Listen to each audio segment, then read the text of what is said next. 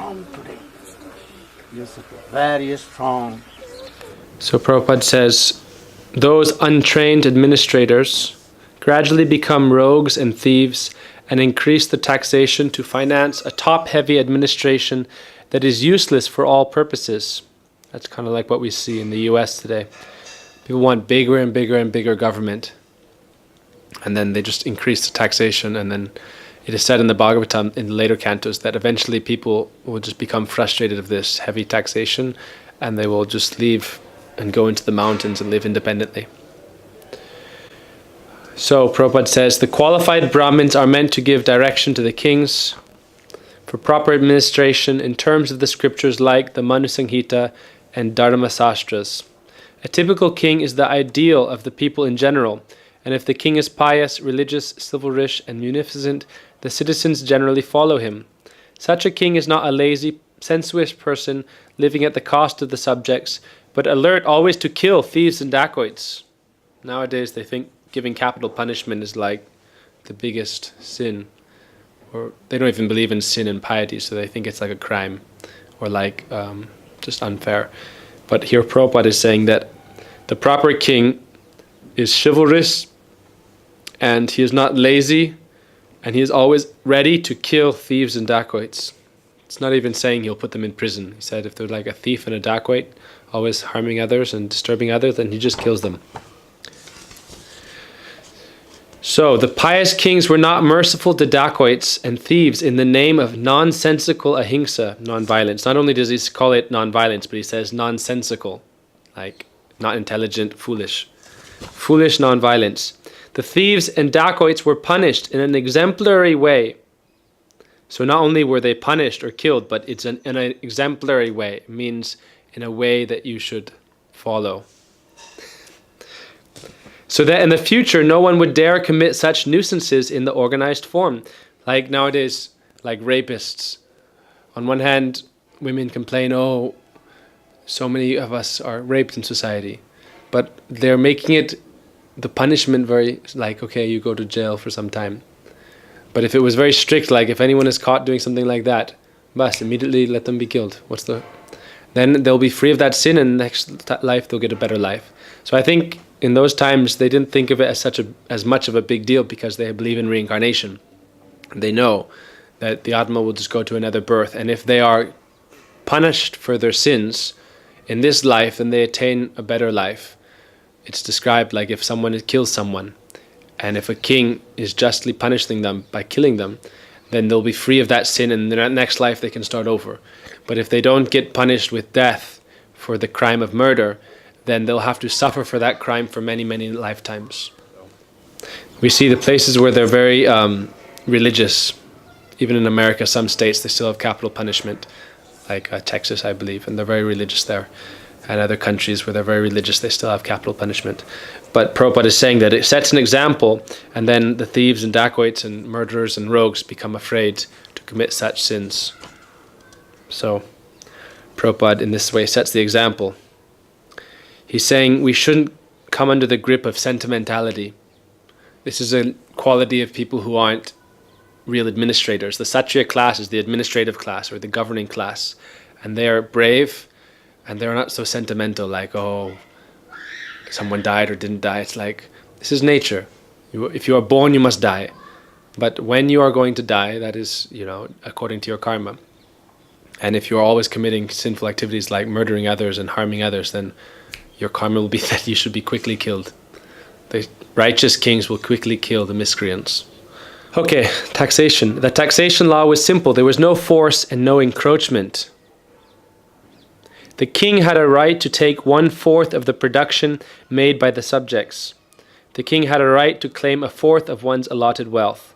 One would never grudge parting with it because due to the pious king and religious harmony, there was enough natural wealth, namely grains, fruits, flowers, silk, cotton, milk, jewels, minerals, and therefore no one was materially unhappy. It said back in those days, if the king was not proper, then bad things could happen to the citizens. But if there was a real righteous king, then even there could be no untimely death. Like children wouldn't die randomly, or there wouldn't be murders and things like that. That was all said to be the king's responsibility. Even if someone died prematurely or by some accident, they could go and complain to the king. And that's why there's a famous story in Dwarka where a Brahmin came to Krishna. He began to abuse Krishna and Ugrasena. He said, "You're bad kings, obviously, because every time my wife has a child, it immediately dies." And because he kept criticizing Krishna, Arjuna came forward and he was very upset. "Why are you criticizing Krishna?" So he said, "I will take a vow that if your next child dies when it's born, then I will myself enter fire and kill myself." Have you heard that story? Yeah. So then the child was born, and right as like Arjuna was trying to protect it, immediately, like Kal personified, time personified, came and snatched away the child. So that night Arjuna was building the funeral pile to enter into, and then Krishna came and he said, "What are you doing, foolish Arjuna?" And he told him the story, and then Krishna said, "Okay, I'll go and find the child with you." So they went to hell, and they went all over the universe searching for it. They still couldn't find it. So finally Krishna took him outside of the material creation into like the, where Karunadaksha Vishnu is present. And there they met with Vishnu, and he said, "Oh, actually I took these children away just because I wanted to see you." And it showed how Krishna is avatari, Krishna is the root of all incarnations, and he's so beautiful that he attracts even his other incarnations to see him. But the point of the story was that in those times, if something bad happened to the citizens, they could go and complain to the king, like, "Look, in proper kingdoms, like in Ram Rajya, in Ram's kingdom, when Ram is present, it doesn't rain during the daytime, it rains at night, and everything in the morning is very fresh and cool, like after it has been bathed. If the rain is always coming at night, then everything is very nice and cool, and there aren't hurricanes and tornadoes and natural disasters. So the people are happy if the kings are righteous, because everything is going nicely, and naturally they're happy to give like 1/4 of their possessions. Human energy is meant not exactly for fulfilling animal propensities, but for self-realization. The whole government was specifically designed to fulfill this particular purpose. As such, the king had to select properly the cabinet ministers, but not on the strength of their voting background. The ministers, the military commanders, and even the ordinary soldiers were all selected by personal qualification, and the king had to supervise them properly before they were appointed to their respective posts. The king would give special protection to illiterates, the helpless, and widows of the state. Defense measures were arranged previous to any attack by the enemies. The taxing process was easy, and it was not meant for squandering, but was for strengthening the reserve fund. The soldiers were recruited from all parts of the world, and they were trained for special duties. So it was like they had mercenary armies, sounds like, or they had regular armies from the citizens and also mercenary armies. And sometimes people nowadays think, "Oh, why do you need an army? Why should you have weaponry? This is all like encouraging war and violence." But the reality of this world is that naturally there will be enemies who attack your country, and you have to be prepared for that. And that is also the dharma of a Kshatriya. So Kshatriyas are supposed to protect. But if the Kshatriyas, with their power, they misuse it and they start harming their own people or causing pain to their own people, then that's why things like Parshuram will come and ultimately destroy them, or Krishna will come and destroy them, or an avatar will come and destroy them, or they'll just kill each other. As far as salvation is concerned, one has to conquer the principles of lust, anger, unlawful desires, avarice, and bewilderment. To get freedom from anger, one should learn how to forgive. To be free from unlawful desires, one should not make plans. This is interesting. So Prabhupada describes how to get free of different vices. So to get free of the vice of anger, learn how to forgive. To be free of your anarthas or unlawful desires, do not make plans. Like people are always making plans how to be successful in this world. I want to do that, I want to do this. But he's saying don't make these material plans. By spiritual culture, one is able to conquer sleep, like Purdy was talking about. This is what Krishna would call Arjuna Gudakesh. Gudakesh means one who has conquered sleep. So, by spiritual culture, or by Harinam, by Kirtan, by Harikatha, by Seva, by Parikrama, by Thakurji Darshan, by all these things, then one conquers sleep. Like you can eventually become like Prabhuji, maybe. He's only sleeping 3-4 hours a day at most. By tolerance, one can conquer desires and avarice or envy. Disturbances from various diseases can be avoided by regulated diets.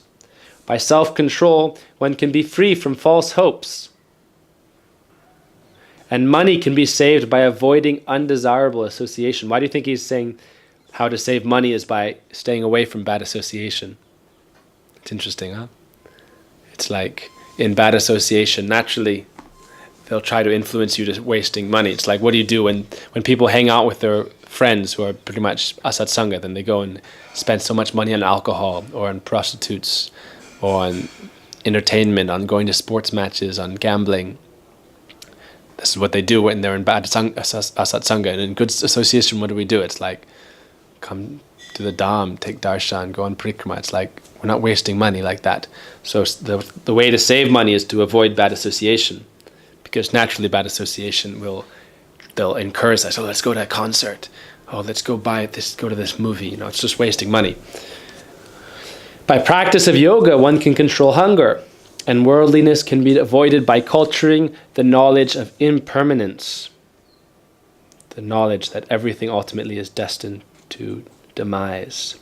Dizziness can be conquered by rising up, and false arguments can be conquered by factual ascertainment. Talkativeness can be avoided by gravity and silence, and by prowess one can avoid fearfulness. Perfect knowledge can be obtained by self-cultivation. One must be free from lust, avarice, anger, dreaming, etc. to actually attain the path of salvation. He even says dreaming. That's why Bhaktivinoda Thakur has a famous verse that he says, forget the past that sleeps and never the future dream at all, but act with times that are with thee and progress thee shall call. Like, don't always worry and think about the past. Don't always worry and think about the future.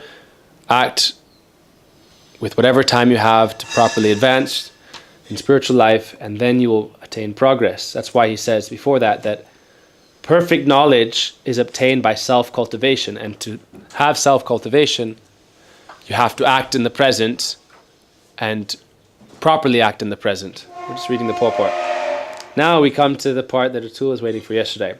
As far as the women class are concerned, they are accepted as a power of inspiration for men. That's interesting.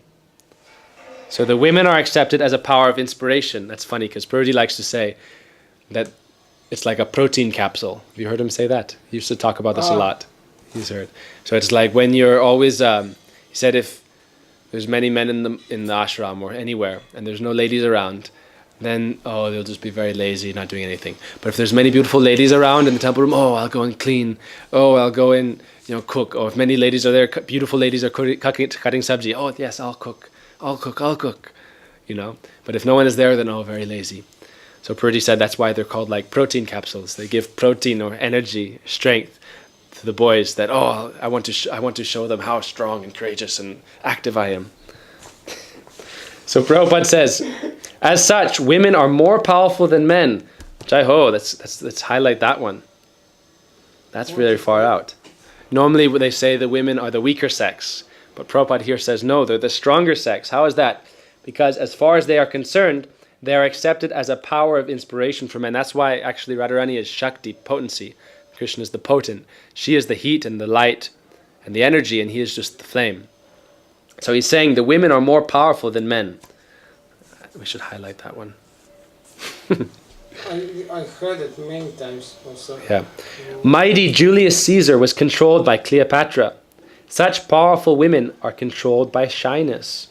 Therefore, shyness is important for women. Once this control valve is loosened, women can create havoc in society by adultery. So they are more powerful than men, but that power is in their shyness. So it's not like they're physically more powerful, but they are the impetus for action, and they give inspiration to act. That's why even like great writers and poets and thinkers, they talk about like the muse that inspires them. The muse is like, it's actually a Greek word for like a female, like a goddess who inspires, like the goddess of the arts. That is the muse. And generally all artists will like pray to a muse and think that it is her that is inspiring this within me.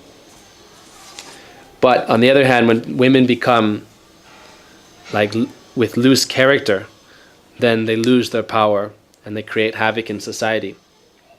Adultery means production of unwanted children known as Varna Shankara, who disturb the world.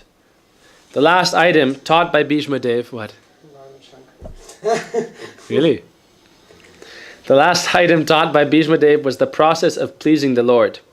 We are all eternal servants of the Lord, and when we forget this essential part of our nature, we are put into material conditions of life. The simple process of pleasing the Lord, for the householders especially, is to install the deity of the Lord at home. That's why it said deity worship is especially important for grihastas, householders, because that's like in the temple, naturally Krishna is the center of activities. Naturally, we're doing arti in front of Krishna, we're doing kirtan for Krishna, we are cooking and offering it to Krishna. Everything is centered by Krishna. But in the homes, if there's no Thakurji seva, then it's like it very quickly becomes materialistic. But if you have Thakurji in the center and you think like, okay, everything I'm doing is for Thakurji, I have to go and work, but at least everything I bring back, I'll use it, and we'll cook nice things and give Thakurji, and we'll serve sadhus and invite them to come. And that's why grihastas are described, real grihastas are like the pillars of society that help nourish all the other orders of life.